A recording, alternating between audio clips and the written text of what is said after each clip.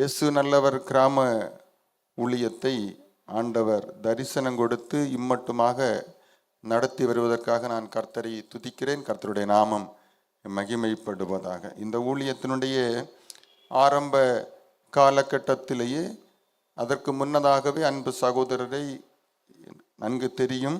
நாங்கள் அதற்கு முன்னமாகவே கிதியோன் ஊழியத்திலே இணைந்து ஊழியம் செய்யும்படியாக கர்த்தர் கிருபை பாராட்டினார். அந்த காலகட்டத்திலே தான் ஆண்டவர் இவருக்கு நம்முடைய சகோதரர்களுக்கு அந்த சூலகிரி மலையை தரிசனமாக கொடுத்து இயேசு நல்லவர் கிராம ஊழியத்தை ஆரம்பிக்கும்படியாக கிருபை பாராட்டி இம்மட்டுமாக அந்த ஊழியத்தை நிறைவேற்றுவதற்கு கர்த்தர் கிருபை பாராட்டி வருகிறார். கர்த்தருடைய நாம மகிமைப்படுவதாக. அடியேனையும் கர்த்தர் இந்த ஊழியத்திலே இணைத்ததற்காகவும் கர்த்தருக்கு நான் நன்றி செலுத்துகிறேன். இந்த ஊழியத்திலையும் போர்டு மெம்பராக ட்ரெஸரராக அடியேனை கர்த்தர் இணைத்ததற்காக கர்த்தருக்கு நான் நன்றி செலுத்துகிறேன். கர்த்தருடைய நாமம் மகிமைப்படுவதாக. அல்லேலூயா, அல்லேலூயா. மத்தேயு எழுதின சுவிசேஷம் 7ஆம் அதிகாரம் 21 - 23 வரைக்குள்ள வசனங்களை நாம் வாசிக்கலாம். மத்தேயு எழுதின சுவிசேஷம் 7ஆம் அதிகாரம் 21 - 23 வரைக்குள்ள வசனங்களை எடுத்தவர்கள் வாசிக்கலாம். பரலோகத்தில் இருக்கிற என் பிதாவின் சித்தத்தின்படி செய்கிறவனே பரலோக ராஜ்யத்தில் பிரவேசிப்பானே அல்லாமல் என்னை நோக்கி கர்த்தாவே கர்த்தாவே என்று சொல்லுகிறவன் அதில் பிரவேசிப்பது இல்லை. அல்லேலூயா, அல்லேலூயா. ஆண்டவராகிய இயேசு கிறிஸ்து இந்த உலகத்திலே ஊழியம் செய்த நாட்களிலே அநேகம் இடங்களிலே ஆண்டவர் பிரசங்கம் பண்ணினார். வார்த்தைகளை மற்றவர்களுக்கு கொடுத்தார். அற்புதங்களை அதிசயங்களை செய்தார். எல்லாவற்றுக்கு மேலாக ஆண்டவர் என்ன நோக்கத்தோடு இந்த உலகத்திற்கு அனுப்பப்பட்டார் வந்தார் என்பதை இந்த வசனத்திலே ஆண்டவர் தெளிவுபடுத்துகிறார். பரலோகத்தில் இருக்கிற என் பிதாவின் சித்தத்தின்படி செய்கிறவனே பரலோக ராஜ்யத்தில் பிரவேசிப்பானே அல்லாமல் என்னை நோக்கி கர்த்தாவே கர்த்தாவே என்று சொல்லுகிறவன் அதில் பிரவேசிப்பது இல்லை. ஆண்டவர் நாம் எல்லாருமே பரலோக ராஜ்யத்திற்கு போக வேண்டும் என்றுதான் விரும்புகிறார். அவருடைய சித்தம் அதுதான். அதற்காகத்தான் அவர் அந்த பூமியிலே மனிதனாக வந்தார். பாடுகள் பட்டு 3½ ஆண்டுகள் ஊழியம் செய்து தன்னையே பலியாக கொடுத்து அடக்கம் பண்ணப்பட்டு உயிர்த்தெழுந்து இன்றைக்கும் உயிரோடு இருக்கிற தேவனாக இருக்கிறார். அவர் சொல்லி இருக்கிறார், மீண்டும் நான் வருவேன், உங்களை நியாயம் தீர்ப்பேன், நான் உங்களுக்கு ஆயத்தப்படுத்தி வைத்திருக்கிற இடத்திற்கு உங்களை நான் அழைத்து செல்வேன் என்று சொல்லி. அல்லேலூயா. இந்த வசனத்திலே பரலோகத்தில் இருக்கிற என் பிதாவின் சித்தத்தின்படி செய்கிறவனே பரலோக ராஜ்யத்தில் பிரவேசிப்பானே அல்லாமல் என்னை நோக்கி கர்த்தாவே கர்த்தாவே என்று சொல்லுகிறவன் அதில் பிரவேசிப்பது இல்லை என்று தெளிவாக சொல்லி இருக்கிறார். பாருங்கள், ஆண்டவருடைய விருப்பம் அதாவது சித்தம் என்ன என்று சொன்னால், உலகில் பிறந்த எல்லாருமே எல்லா ஜீவராசிகளும் மனிதர்கள், படைப்பின் சிகரமாக சொல்லப்படுகின்றவர்கள் மனிதர்கள் எல்லாரும் ஆண்டவருடைய விருப்பத்தை ஆண்டவருடைய சித்தத்தை நிறைவேற்ற வேண்டும். ஆண்டவருடைய விருப்பம் செய்கிறவளாக இருக்க வேண்டும். தன்னுடைய விருப்பப்படி தன்னுடைய சுய விருப்பப்படி தான் விரும்புகிறபடி எதையுமே செய்யக்கூடாது என்றுதான் ஆண்டவர் தெளிவாக நமக்கு சொல்லி வைத்திருக்கிறார். ஜீவராசிகள் எல்லாமே ஆண்டவரை துதிப்பதாக வேதம் சொல்லுகிறது. இந்த உலகத்தில் எல்லா ஜீவராசிகளும், மனிதன் மட்டுமல்ல எல்லா ஜீவராசிகளும் ஆண்டவரை துதிக்கிறது, போற்றுகிறது, வணங்குகிறது என்று வேதம் சொல்லுகிறது. ஆனால் மனிதனை நாம் பார்க்கும் பொழுது அந்த ஜீவராசிகளையும் மனிதர்களையும் நாம் ஒப்பிட்டு பார்க்கும் பொழுது மனிதன் ஆண்டவருடைய சித்தப்படி வாழுகிறானா, ஆண்டவரை துதிக்கிறானா, போற்றுகிறானா, வணங்குகிறானா என்று கேட்டால் அது ஒரு கேள்விக்குறியாக இருக்கிறது. இன்றைக்கு உலகத்தில் சுமார் 700 கோடிக்கு மேற்பட்ட ஜனங்கள் இருக்கிறதாக சொல்லப்படுகிறது. அதில் கிறிஸ்தவருடைய எண்ணிக்கை எவ்வளவு என்று சொன்னால் மிக குறைவு என்று சொல்லப்படுகிறது. நம்முடைய இந்திய தேசத்திலும் சரி, தமிழ்நாட்டிலும் சரி, கன்னியாகுமரி மாவட்டத்திலே தான், அதாவது தமிழ்நாட்டிலே கன்னியாகுமரி மாவட்டத்திலே தான் கிறிஸ்தவர்கள் அதிகம். சுமார் 55% கிறிஸ்தவர்கள் வாழுகிற ஒரு மாவட்டமாக காணப்படுகிறது என்று புள்ளி விவரம் சொல்லுகிறது. ஆனால் நம்முடைய மாவட்டமே 55% கிறிஸ்தவர்கள் இருக்கும் பொழுது, நம்முடைய மற்ற மாவட்டங்கள், இப்போ நம்முடைய சகோதரர் அவர்கள் ஊழியம் செய்கிற அந்த மாவட்டத்தை, கிருஷ்ணகிரி மாவட்டத்தை எடுத்துக்கொண்டால் கூட மிக குறைந்த அளவுக்கு தான் கிறிஸ்தவர்கள், கிறிஸ்துவை தெய்வமாக ஏற்றுக்கொண்டவர்கள் வாழுகின்ற ஒரு சூழ்நிலை இருக்கிறது. நம்முடைய மாவட்டத்தை பொறுத்த மட்டில் இது போதாது இல்லையா? நம்முடைய மாவட்டத்தில் எப்போ ஊழியம் ஆரம்பிக்கப்பட்டது? 100 வருஷம் 200 வருஷத்துக்கு முன்னாலேயா? நம்முடைய மாவட்டத்தில் ஊழியம் 2000 வருஷங்களுக்கு முன்னாலே ஆரம்பிக்கப்பட்டது. அல்லேலூயா, அல்லேலூயா. ஆண்டவராகிய இயேசு கிறிஸ்து நம்மை மிகவும் நேசித்து, நம்முடைய முன்னோர்களை மிகவும் நேசித்து, தன்னுடைய சீடர்கள் ஒருவராகிய தோமாவை நம்முடைய மண்ணுக்கு அனுப்பினார். அல்லேலூயா. 2000 வருஷங்களுக்கு முன்னதாகவே தோமாவை நம்முடைய மண்ணுக்கு அனுப்பி சுவிசேஷத்தை ஆரம்பித்தார். அல்லேலூயா. அப்போ 2000 வருஷங்கள் ஆன பிறகு நம்ம மாவட்டத்தில் சுமார் 20 லட்சம் ஜனங்கள் என்று சொல்லப்படுது. 22 லட்சம் ஜனங்கள் இருக்கிறதாக சொல்லப்படுகிறது. அப்போ நான் 55% சொல்லும் பொழுது ஒரு 10-12 லட்சம் பேர் தான் கிறிஸ்தவர்கள், இயேசுவை தெய்வமாக ஏற்றுக்கொண்டவர்கள். மீதி உள்ளவர்கள் இயேசுவை தெய்வமாக ஏற்றுக்கொள்ளவில்லை. அப்போ 2000 வருஷங்கள் ஆகியும் 55% தான் இயேசுவை ஏற்றுக்கொண்டவர்கள். அதில் ரட்சிக்கப்பட்டவர்கள் மிக மிக குறைவு. இன்றைக்கு அதிகமான கிறிஸ்தவர்கள் கத்தோலிக்க கிறிஸ்தவர்கள், அதற்கு அடுத்து CSI இந்த மாதிரி டினாமினேஷன்ல உள்ளவர்கள், அதற்கு அடுத்து தான் ரட்சிக்கப்பட்ட ஆவிக்குரிய கிறிஸ்தவர்கள். பாருங்க, நம்முடைய மாவட்டத்தில் 2000 வருஷங்களாக இயேசுவை அறிவித்தும்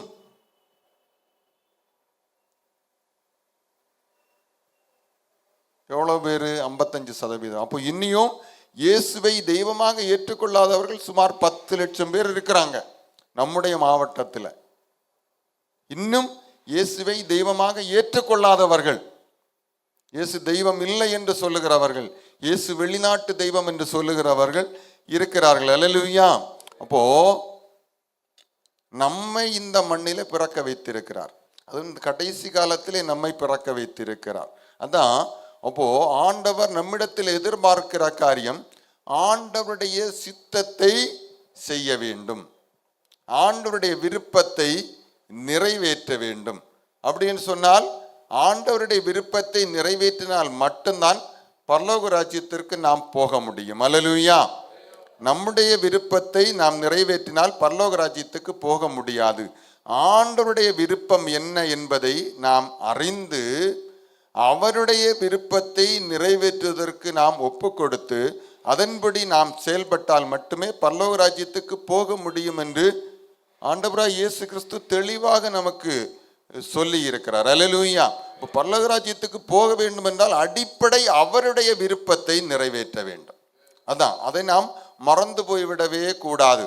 நாம் நம்முடைய காரியங்களுக்காக நாம் ஜெபிக்கிறோம், தவறில்லை. ஆனால் எல்லாவற்றுக்கு மேலாக மத்திய 6:33 சொல்லப்பட்டிருக்க, முதலாவது தேவனுடைய ராஜ்யத்தையும் அவருடைய நீதியையும் தேடுங்கள், அப்பொழுது இவைகளெல்லாம் உங்களுக்கு கூட கொடுக்கப்படும் என்று சொல்லப்பட்டிருக்கிறது. மார்க் 16:15 இயேசு சொன்னார், உலகமெங்கும் போய் சர்வ சிருஷ்டிக்கும் சுவிசேஷத்தை அறிவியுங்கள். உலகமெங்கும் போய் சர்வ சிருஷ்டிக்கும் சுவிசேஷத்தை அறிவியுங்கள் என்று தன்னுடைய சீடர்களுக்கு அவர் கட்டளையிட்டார். நாம் யாரு? நாம் யார்? நாம் யார்? இயேசுவின் சீசர்கள். நாம் யாரு? அப்ப நமக்கும் கட்டளையிட்டார். நமக்கு தான் அவருடைய சீசர்களாகிய நமக்கும் அவர் கட்டளையிட்டிருக்கிறார். உலகமெங்கும் போய் சர்வ சிருஷ்டிக்கும் சுவிசேஷத்தை அறிவியுங்கள், இயேசுவை பற்றி அறிவியுங்கள் என்று சொல்லி. அல்லேலூயா. நாம் எத்தனை பேர் இயேசுவை அறிவித்திருக்கிறோம்? சொல்ல முடியுமா? இயேசுவை நான் மற்றவர்களுக்கு சொல்லி இருக்கிறேன் அப்படின்னு தைரியமா சொல்ல முடியுமா? ஒரு 10-12 பேர் தான் இருக்கிறோம். அதுல பாதி பேர் ஊழியக்காரங்க இல்லையா? பாதி பேர் தான் விசுவாசிகளா இருக்கிறீங்க இல்லையா?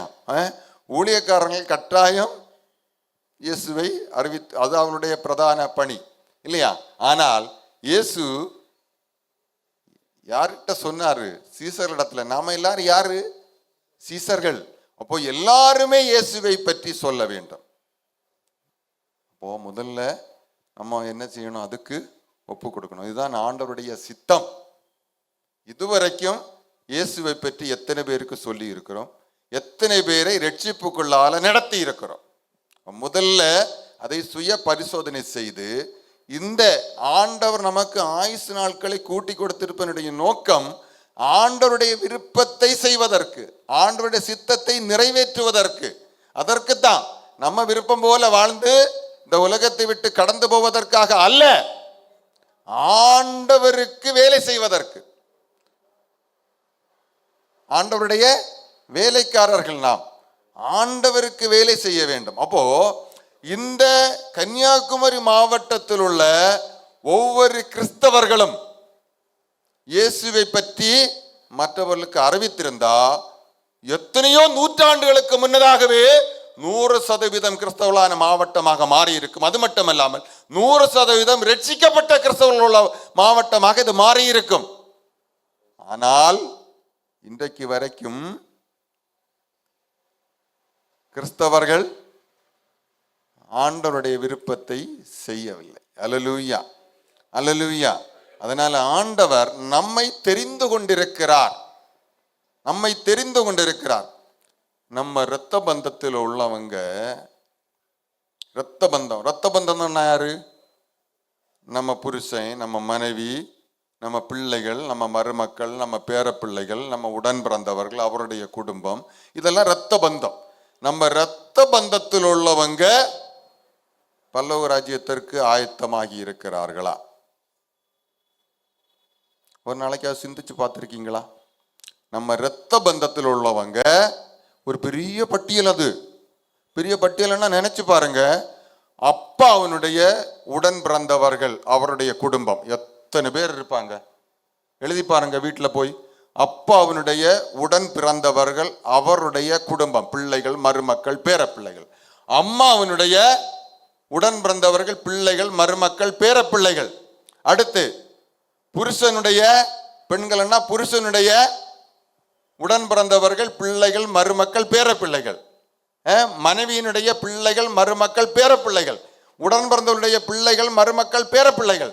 இப்படி ஒரு பட்டியல் போட்டா நூற்றுக்கணக்கான பேர். இதுல எத்தனை பேர் ரட்சிக்கப்பட்டு நித்திய ஜீவனுக்கு ஆயத்தமாக்கப்பட்டிருக்கிறார்கள்? அல்லேலூயா. இவர்களெல்லாம் பரலோக ராஜ்யத்துக்கு செல்ல வேண்டும் என்று கர்த்தருடைய விருப்பம். அவர்களை ஆயத்தமாக்குவது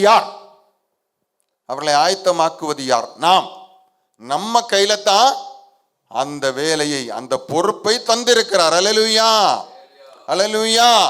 அப்போ நம்ம எத்தனை பேருக்கு, சில வேளை கிறிஸ்தவங்களா இருக்கலாம், பேர் கிறிஸ்தவங்களா இருக்கலாம், பாரம்பரிய கிறிஸ்தவங்களா இருக்கலாம், விக்கிரக ஆராதனை செய்கிற கிறிஸ்தவர்களாக இருக்கலாம்.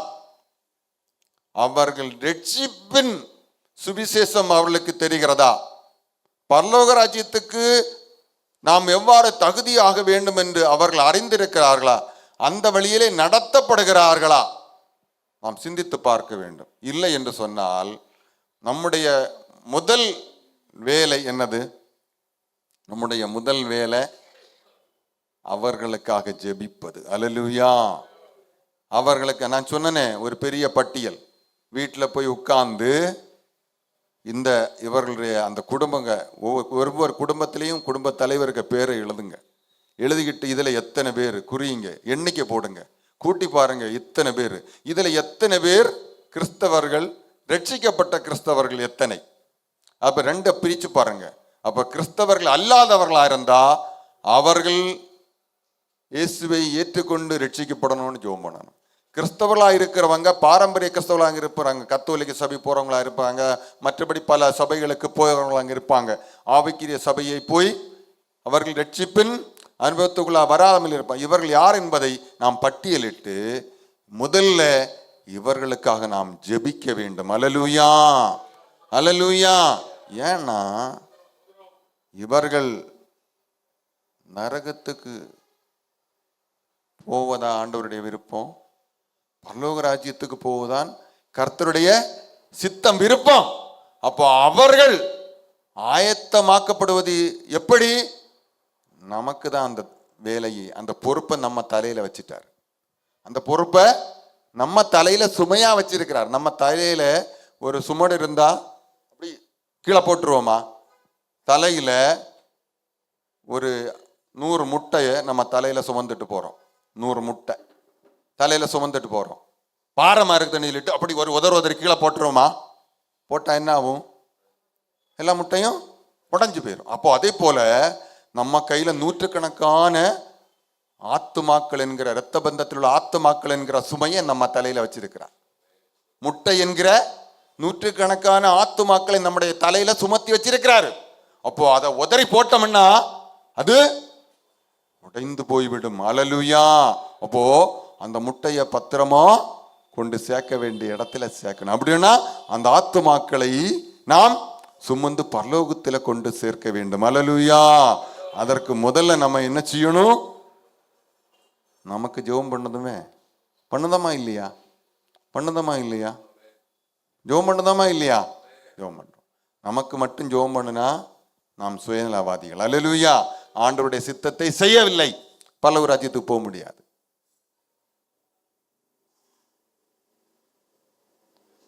பரலோகத்தில் இருக்கிற பிதாவின் சித்தத்தின்படி செய்கிறவனே பரலோக ராஜ்யத்தில் பிரவேசிப்பானே அல்லாமல் என்னை நோக்கி கர்த்தாவே கர்த்தாவே என்று சொல்லுகிறவன் அதில் பிரவேசிப்பதில்லை. மட்டுமல்ல, நான் உங்களை ஒரு காலம் அறியேன், உங்களை நான் எனக்கு தெரியவே தெரியாது என்று சொல்லி யாரை பார்த்து சொல்லுவேன்? பெரிய பெரிய ஊழியக்காரங்கள், அற்புதங்கள் அதிசயங்களை செய்த, அதாவது இறந்தவர்களை உயிர்த்தல செய்த, குரலுக்கு பார்வை கொடுத்த, முடவர்களை நடக்க செய்த, குஷ்டரோகியை குணப்படுத்தின அப்படிப்பட்ட பெரிய ஊழியக்காரங்களை பார்த்து கூட அவங்க விருப்பப்படி அவங்க செயல்பட்டால் அவர்களை பார்த்தே நான் உன்னை எனக்கு தெரியாது, நீ நரகத்துக்கு போ என்று சொல்லுவேன் என்று சொல்லி இருக்கிறார் பாருங்க. அப்போ அப்படி இருக்கும் பொழுது கர்த்தர் நம்மை பார்த்து அல்லேலூயா. அப்ப முதல்ல நம்ம என்ன செய்யணும்? இந்த அழிந்து போகிற இந்த இரத்த பந்தத்தில் உள்ள ஆத்து மக்களுக்காக நம்ம கண்ணீரோட ஜெபம் பண்ணணும். எப்படி ஜெபம் பண்ணணும்? ஆண்டவரே ரிச்சிங்க ரிச்சி, அப்படி அல்ல. ஏன் கண்ணீரோட ஜெபம் பண்ணணும்? அவங்களுக்கு ரட்சிக்கப்படாத கிறிஸ்தவர்களுக்கு அல்லது புறஜாதியாருக்கு, நம்முடைய இரத்த பந்தத்தில் உள்ளவர்களுக்கு பரலோக ராஜ்யத்தை குறித்து தெரியாது, அக்கினி கடலை குறித்து தெரியாது.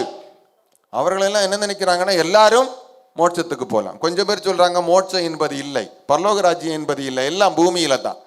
பூமியில தான் நிறைய பாரம்பரிய கிறிஸ்தவர்கள் சொல்றாங்க. சமீபத்தில் கூட ஒருத்தர் என்னிடத்துல சொன்னாரு, ரொம்ப படிச்சவர் சொல்றாரு, சும்மா என்னிட்ட பேசும்போது சொல்றாரு, சொர்க்கவும் நரகம் எல்லாம் இந்த பூமி தான், சும்மா அதெல்லாம் சும்மா கட்டுக்கதை, யாரு பார்த்தா அதெல்லாம் ஒன்றும் இல்லை, சும்மா இதெல்லாம் எழுதி வச்சிருக்கிற மனுஷங்க சும்மா புத்தகத்தில் எழுதி வச்சிருக்கிறாங்க மனுஷனை ஏமாற்றுறதுக்கு, அதெல்லாம் ஒன்றும் இல்லைன்னு இப்படித்தான் பாரம்பரிய கிறிஸ்தவர்கள் சொல்லி கொண்டிருக்கிறார்கள். அல்லேலூயா, அல்லேலூயா. பாருங்க, அதனால அந்த அக்னி கடலை குறித்து நமக்கு தெரியும், அக்னி கடலை குறித்து நமக்கு தெரியும். ஒன்று மட்டும் நம்ம மறந்து போகக்கூடாது, வேற ஒன்றும் இல்லை. நம்ம கண்ணு முன்னால நம்ம நேசிக்கிற ஒரு ஆளு தீயில சாடி சாகுறாரு, தீயில விழுந்து சாகுறாரு, அல்லது ஒரு ஆளு தீயில தள்ளி போடுறாங்க. நம்ம கண்ணு முன்னால நம்ம நேசிக்கிற ஒரு ஆளு, நம்ம ரொம்ப மிக நேசிக்கிற ஒரு ஆளு, நம்ம இரத்த பந்தத்தில் உள்ள ஒரு ஆளை தீயில தள்ளி போடுறாங்க, அல்லது அவர் தீயில விழுந்து சாகுறாரு, அல்லது அவர் தீ குளிக்கிறார், எப்படியோ தீயில விழுகிறாரு. அப்போ நம்ம அப்படி பார்த்துட்டு சும்மாளா இருப்போம்? சும்மா இருப்போமா?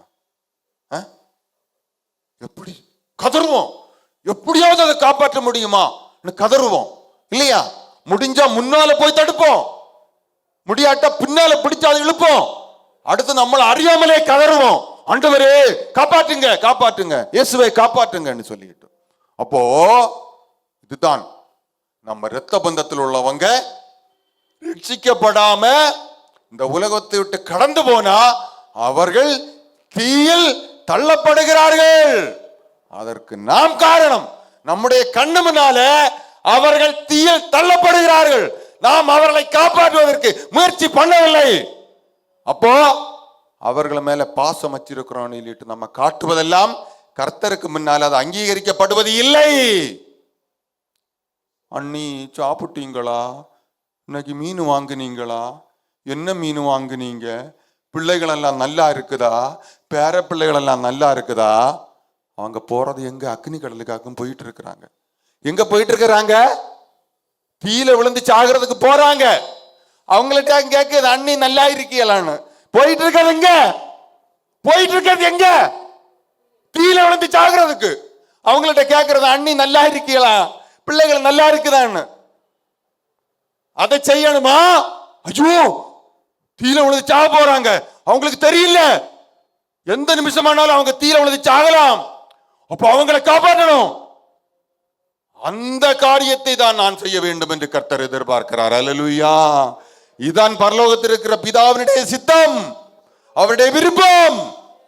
இதை நாம் செய்ய வேண்டும் என்று கர்த்தர் நம்மிடத்தில் எதிர்பார்க்கிறார். அல்லேலூயா. முதல்ல நாம் ஒப்பு கொடுக்கணும். ஆண்டவரே இவங்க எல்லாம் ரட்சிக்கப்படணும், ஆண்டவரே இவங்க அக்னி கடல்ல போகக்கூடாது ஆண்டவரே சொல்லி கண்ணீர் விட்டு கதறணும்.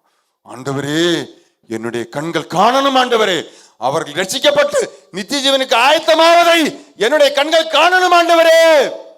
எப்படி கண்ணீர் விட்டு கதறணும். உண்மையா நம்ம இரத்த பந்தத்துக்கு மேல உள்ளவங்களுக்கு மேல நமக்கு பாசம் இருந்தால், உண்மையான பாசம் இருந்தால் அவர்களுக்காக நாம் கண்ணீர் விட்டு கதற வேண்டும்.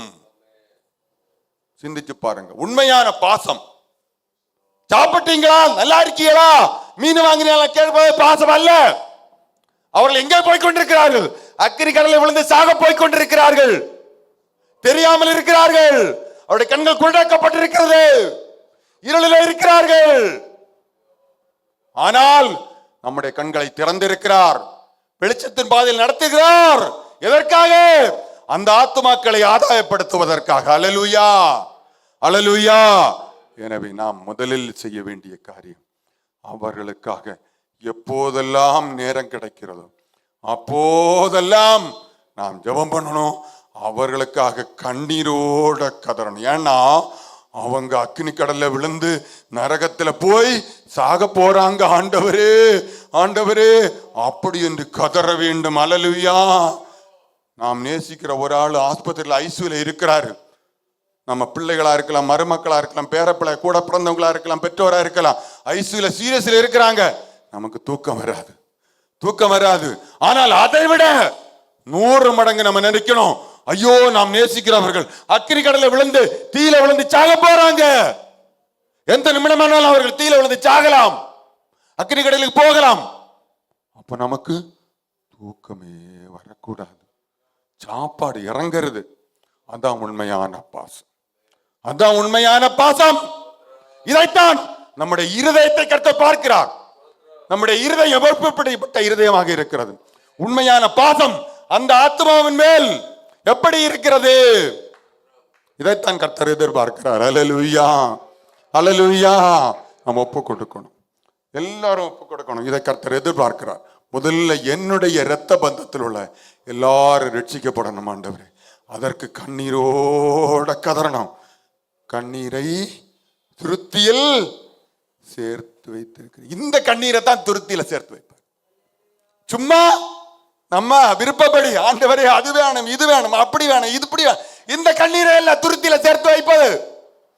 அழிந்து போற ஆத்து மக்களுக்காக விடுகிற ஒவ்வொரு சொட்டு கண்ணீரையும் துருத்தியில சேர்த்து வைத்து அதற்கேற்ற பிரதிபலனை கொடுப்பார். அந்த ஆத்துமாவை ரட்சிப்புகளால் அவர் நடத்துவார். அல்லேலூயா, அல்லேலூயா, அல்லேலூயா. இதைத்தான் கர்த்தர் நம்மிடத்தில் எதிர்பார்க்கிற காரியம். அல்லேலூயா. பிதாவின் சித்தம் பிதாவின் சித்தம் அதாகத்தான் இருக்கிறது. மத்தேயு எழுதின சுவிசேஷம் 26ஆம் அதிகாரம் 37 39 வசனங்களை வாசிப்போம். மத்தேயு 26 37 39 வசனங்களை நாம் வாசிக்கலாம். எடுத்தவர்கள் வாசிக்கலாம். ஆ ஆ ஆ ஆ அப்பொழுது அவரின் ஆத்மா மரணத்துக்கு எதுவான துக்கம் கொண்டிருக்கிறது. நீங்கள் இங்கே தங்கி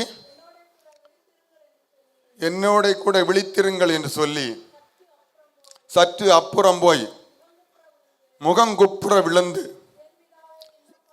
என் பிதாவே, இந்த பாத்திரம் என்னை விட்டு நீங்க கூடுமானால் நீங்கும்படி செய்யும். ஆகிலும் என் சித்தத்தின்படி அல்ல, உம்முடைய சித்தத்தின்படியே ஆக கடவுது என்று ஜெபம் பண்ணினார். அல்லேலூயா. இங்கே பாருங்கள், கர்த்தராகிய இயேசு கிறிஸ்து அவருடைய மரணம் நெருங்கிவிட்டது.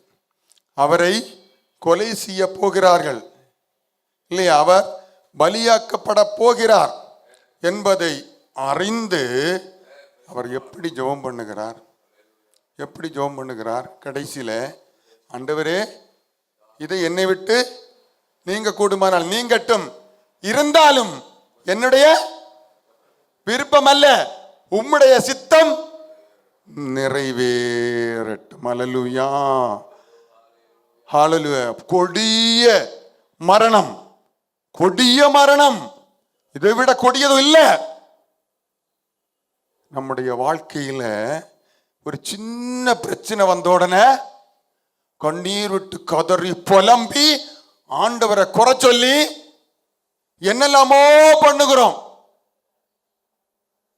ஆனால் கொடிய பாடுபட்டு மரிக்கின்ற வேளை நெருங்கிக் கொண்டிருக்கிறது என்பதை அறிந்த நம்முடைய கர்த்தர் எப்படி ஜெபம் பண்ணுகிறார், எப்படி ஜெபம் பண்ணுகிறார்? அப்போ நாம் எப்படி இருக்க வேண்டும்? ஹல்லேலூயா. பெரிய பாடு, சாதாரணமான பாடு இல்லை. நமக்கு ஒரு சின்ன கஷ்டம் வந்தோடனே என்ன கதறுகிறோம்.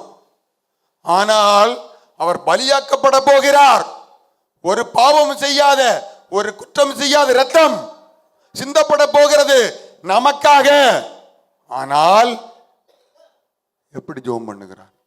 உம்முடைய விருப்பம் ஆகட்டும். பிதா நினைத்தால் தூதர்களை அனுப்பி காப்பாற்ற முடியும். முடியுமா? முடியாதா? முடியும். ஆனால் பிதாவின் சித்தம் நிறைவேறட்டும், பிதாவின் சித்தம் நிறைவேறட்டும். அப்போ என்ன பாடு, பிரச்சனை, போராட்டம், நெருக்கம், நிந்தை, அவமானம் வந்தாலும் ஆண்டவரை அறிவிப்பதை விட்டுவிடக்கூடாது, ஊழியம் செய்வதை விட்டுவிடக்கூடாது, சுவிசேஷம் அறிவிப்பதை விட்டுவிடக்கூடாது, ஜெபிப்பதை விட்டுவிடக்கூடாது. இதுதான் கர்த்தர் நம்மிடத்தில் எதிர்பார்க்கிற காரியம். அல்லேலூயா, அல்லேலூயா, அல்லேலூயா. இல்லையா, வேதத்தில் நிறைய பேரை நமக்கு சாட்சியா வச்சிருக்கிறார் ஆண்டவர். எதற்காக? நாமும் அதை போல ஆண்டவருடைய சித்தத்தை செய்வதற்காகத்தான் வேதத்தில் அநேக காரியங்களை எழுதி வைத்திருக்கிறார். ஆனால் நம்ம அதை வாசிப்போம், தியானிப்போம், கேட்போம், ஆனால் அப்படியே விட்டு விடுவோம். வேதத்தை நல்லா வாசிப்போம், பல தடவை வாசிச்சு முடிச்சிருப்பீங்க. அப்படித்தானே? பல தடவை வாசிச்சு முடிச்சிருப்பீங்க. நிறைய வசனம் மனப்பாடமா தெரியும். எத்தனையோ பிரசங்கங்களை கேட்டிருக்கிறோம், இது குறைவே இல்லை. ஆனால் வசனத்தின்படி நாம் வாழுகிறோமா? வசனத்தின்படி செய்வதற்கு நாம் ஒப்பு கொடுத்திருக்கிறோமா? அல்லேலூயா, அல்லேலூயா. நம்முடைய சுய விருப்பப்படி தான் நாம் வாழ்ந்து கொண்டிருக்கிறோம். அல்லேலூயா. பாருங்கள், அப்போஸ்தலர் 9ஆம் அதிகாரம் 1 சில வசனங்களை நாம் வாசிப்போம். அப்போஸ்தலர் 9ஆம் அதிகாரம் 1 சில வசனங்களை நாம் வாசிக்கலாம். எடுத்தவர்கள் வாசிக்கலாம். ஆ ஆ ஆ ஆ ஆ ஆ ஆ ஆ ஆ ஆ ஆ ஆ ஆ ஆ ஆ ஆ ஆ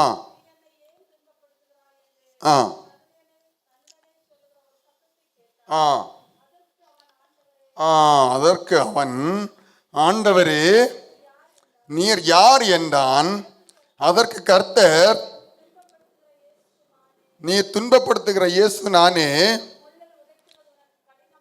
முள்ளில் உதைக்கிறது உனக்கு கடினமாம் என்றார். அவன் நடுங்கி திகைத்து, ஆண்டவரே நான் என்ன செய்ய சித்தமாயிருக்கிறீர் என்றான்.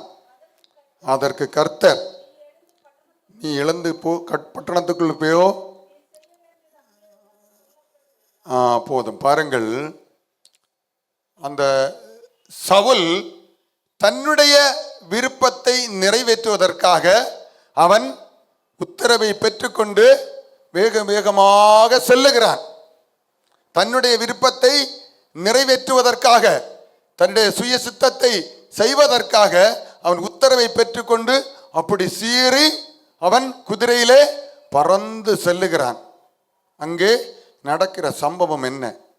அப்போ, ஆண்டவரே நீர் யார், என்ன செய்ய சித்தமாயிருக்கிறீர். அல்லேலூயா. குதிரையிலிருந்து தள்ளி போடப்பட்டான். குதிரையிலிருந்து தள்ளி போடப்பட்டான். நம்முடைய வாழ்க்கையில எத்தனை முறை நம்ம தடுக்கி விழுந்திருக்கிறோம்? விழுந்திருக்கிறோமா? ஒவ்வொரு முறை பாடுகள் வரும் பொழுதும் நாம் தடுக்கி விழுகிறோம். நமக்கு விருப்பம் போல ஓடுவோம். ஏதாவது ஒரு பிரச்சனை வரும், அதுல விழுவோம். அவன் விழுந்த பிறகு என்ன கேட்டான்? ஆண்டவரே நீர் என்ன செய்ய சித்தமாயிருக்கிறீர். நம்ம கேட்டிருக்கிறோமா? பாடுகள், பிரச்சனைகள், போராட்டங்கள், நெருக்கங்கள், நிந்தைகள், அவமானங்கள், வியாதிகள், கஷ்டங்கள் எல்லாம் வரும்பொழுது ஆண்டவரிடத்தில் புலம்புறமே ஒழிய, ஆண்டவரே எனக்கு இந்த பாடு ஏன், எதுக்கு அப்படின்னு புலம்புறமே ஒழிய, ஆண்டவரே நான் என்ன செய்ய நீ சித்தமாயிருக்கிறீர், ஆண்டவரே என்னோடு பேசுங்கப்பா, நான் என்ன செய்யணும் ஆண்டவரே. ஹல்லேலூயா. இதுதான் கர்த்தர் நம்மிடத்தில் எதிர்பார்க்கிறார். ஹல்லேலூயா, ஹல்லேலூயா. ஆண்டவரே நீர் என்ன செய்ய சித்தமாயிருக்கிறீர். எப்படி போனோம்? அப்படி ஒரு பெரிய சேனையோட, குதிரை படையோட அப்படி அவனுடைய விருப்பத்தை நிறைவேற்ற போகிறான். ஆனால் அவன் தள்ளி விடப்பட்டான், விழுந்து விட்டான். அப்போ அவன் கேட்கிற கேள்வி என்ன கேட்டான்? ஆண்டவரே என்ன, ஏன் இதுக்கு என்ன தள்ளி போட்டிய, ஏன் எனக்கு இந்த கஷ்டம் அப்படின்னா கேட்டான். நான் என்ன செய்ய சித்தமாய் இருக்கிறீர். அல்லேலூயா, அல்லேலூயா. நம்மோ கர்த்தராகிய இயேசு கிறிஸ்து அவர் பலியாக்கப்படுகிறார் என்கிற வேளை நெருங்கி கொண்டிருக்கும் பொழுதே அவர் என்ன சொன்னார்? உம்முடைய விருப்பத்தின்படி ஆகட்டும் ஆண்டவரே, உம்முடைய சித்தத்துக்கு விட்டு கொடுக்கிறேன் ஆண்டவரே. தன்னையே முழுமையாக கொடுத்தார். இரண்டாவது, இந்தவன் சவுல் உத்தரவை பெற்றுக்கொண்டு தன் சுய சித்தத்தை நிறைவேற்றுவதற்காக ஓடுகிறான், தள்ளி விடப்படுகிறான். அவன் கேட்ட கேள்வி, நாமும் நம்முடைய வாழ்க்கையிலே நம்முடைய விருப்பத்தை நிறைவேற்ற வேண்டும் என்று சொல்லி நாம் ஓடிக்கொண்டிருக்கிறோமே, எத்தனையோ முறை தள்ளிவிடப்பட்டிருக்கிறோம். அப்போது நாம் என்ன கேள்வியை கேட்டோம் ஆண்டவரிடத்தில்? ஆண்டவரே நான் என்ன செய்ய வேண்டும், நான் என்ன செய்ய சித்தமாயிருக்கிறேன், நாம் இப்படி மாற வேண்டும் என்று கர்த்தர் எதிர்பார்க்கிறார். அல்லேலூயா, அல்லேலூயா. இதுதான் கர்த்தருடைய விருப்பமாக இருக்கிறது. அல்லேலூயா. நாம் மாற வேண்டும் என்று கர்த்தர் எதிர்பார்க்கிறார். வேதத்தில் தானியேல் 3ஆம் அதிகாரத்தில் நம்ம பார்க்கும் பொழுது 3:17 நம் சில வசனங்களை வாசியுங்கள். தானியேல் 3:17 சில வசனங்களை வாசியுங்கள். ஆ ஆ ஆ ஆ போதும். பாருங்கள், இந்த சம்பவம் எல்லாருக்குமே தெரியும். இதுல அவர்கள் பொற்சிலையை வணங்க வேண்டும் என்று ராஜா, நாட்டினுடைய அரசர் கட்டளை எடுக்கிறார். இல்லாவிட்டால் என்ன நடக்கும்? என்ன நடக்கும்? என்ன நடக்கும்? தீயில அவங்களை தூக்கி போட்டு நீங்க சாவீங்க அப்படி என்ற உத்தரவு. அப்போ நான் முதல்ல சொன்னேனே, நம்ம இரத்த பந்தத்தில் உள்ளவங்க தீயில தள்ளப்பட்டு அல்லது தீயில விழுந்து சாக போறாங்க. அதை நம்ம பார்த்துட்டு போவோமா, கதறுவோமா? இல்லையா? உண்மையான பாசம் இருந்தா கதறுவோம். அதான் அப்போ அவர்கள் ரட்சிக்கப்பட வேண்டும் என்று சொல்லி நாம் கதற வேண்டும் என்று கர்த்தர் விரும்புகிற காரியத்தை சொன்னேன். இங்க பாருங்க, இவர்களுக்கு இந்த பொற்சிலையை வணங்காவிட்டால் இவர்கள் தீயிலே தள்ளப்பட்டு சாவார்கள் என்று இவர்களுக்கு தெரியும். ஆனா இவர்கள் என்ன தீர்மானம் எடுக்கிறாங்க? நம்ம என்ன தீர்மானம் எடுப்போம்? பாருங்க, சிந்திச்சு பார்ப்போம். ஒரு சின்ன நெருக்கம் வந்த உடனே வீட்டுக்குள்ள ஒளிச்சிருப்போம். பைபிளும் வேண்டாம், கோயிலும் வேண்டாம், ஜபமும் வேண்டாம், ஒன்றும் வேண்டாம். ஜீவன் தப்பு நாமதி, ஜீவன் தப்பு நாமதி. இன்னும் இயேசுவை கும்பிட மாட்டேன்னு கூட வேணா சொல்லுவோம். வீட்டில் வசனங்கள் இருந்தால் கூட வேணா எழுத்து எங்கேயாவது கொண்டு ஒழிச்சு போடுவோம். நாங்கள் கிறிஸ்தவங்களே இல்லை அப்படி என்று கூட சொல்லக்கூடிய சூழ்நிலை வரும் நம்ம ஜீவனை காப்பாற்றுவதற்கு. ஆனா இங்கே என்னது?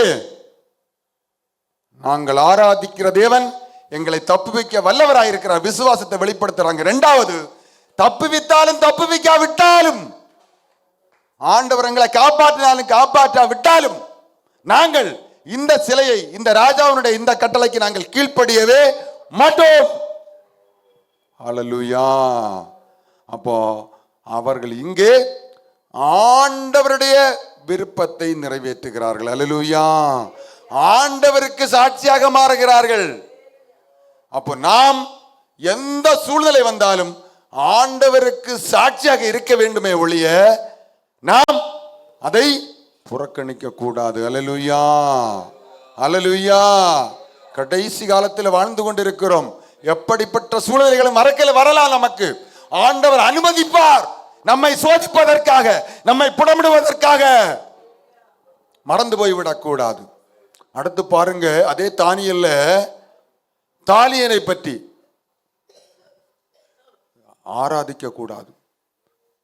யார? ராஜாவை தவிர வேற யாரையும் வணங்க கூடாது. 30 நாட்கள் என்று ஒரு கட்டளை பிறப்பிக்கப்படுகிறது. தானியேலுக்கு எதிராக தானியேல் என்ன முடிவெடுக்கிறார்?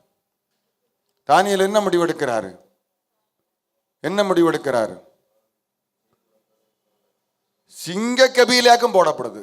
சிங்கத்துக்கு முன்னால தூக்கி போடும். அப்போ நமக்கு முன்னால நம்ம வீட்டில் வந்து சொல்றாங்க, நீங்க இந்த காரியத்தை செய்தா நீங்க கொல்லப்படுவீர்கள் அப்படின்னு சொல்லாங்கன்னு வச்சுருங்க.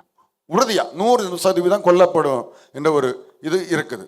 அப்போ நமக்கு ஜீவன் வேணுமா? பிள்ளைகளும் மருமக்க பேர பிள்ளை எல்லாம் உண்டு.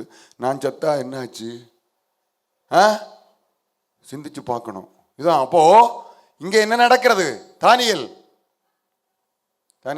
என்ன முடிவு எடுத்தாரு? எப்போ ஜெபிக்க வேண்டாம், ஜெபிச்சா சிங்க கபியில தூக்கி போடுவாங்க, சிங்கத்துக்கு இரையா போடுவாங்க அப்படின்னு தீர்மானம் எடுத்தாரா? நான் ஜெபிப்பதை விடவே மாட்டேன் என்று சொல்லி ஜெபித்தாரா? ஹல்லேலூயா. அப்ப பாருங்க, அவர் ஆண்டவருடைய விருப்பம் நான் ஜெபிப்பது, ஆண்டவருடைய விருப்பம் நான் அழிந்து போற ஆத்துமாக்களுக்காக திறப்பலேன் என்று ஜெபிப்பது, சுவிசேஷம் சொல்லுவது. அதாவது சில வேளை நம்ம இரத்த பந்தத்தில் உள்ளவங்க பாரம்பரிய கிறிஸ்தவங்களா இருப்பாங்க. அவங்களுக்கு அக்னி கடலை குறித்து தெரியாது. நித்திய ஜீவனை குறித்து தெரியாது. இப்போ ரட்சிப்பை குறித்து சொல்லும் பொழுது போற உனக்கு வேற வேலை இல்லையே அப்படின்னு சொல்லுவாங்கன்னு வச்சுக்கிடுவோம். அல்லது அவர்கள் புறஜாதியாரா இருக்கலாம், நம்ம ரத்த பந்தத்தில் உள்ளவங்க. அல்லது நம்மோடு வேலை பார்க்கிறவங்க புறஜாதியாரா இருக்கலாம், நம்மோடு வேலை பார்க்கிறவர்கள் புறஜாதியாரா இருக்கலாம், நம்மை வீட்டை சுற்றி இருக்கிறவர்கள் புறஜாதியாரா இருக்கலாம். அப்போ அவர்களுக்கு நம்ம இயேசுவை பற்றி சொல்ல வேண்டிய மிகப்பெரிய பொறுப்பு நம்மிடத்துல இருக்குது. சொல்ல போனா கெட்ட வார்த்தை பேசுவாங்க, அடிக்க வருவாங்க.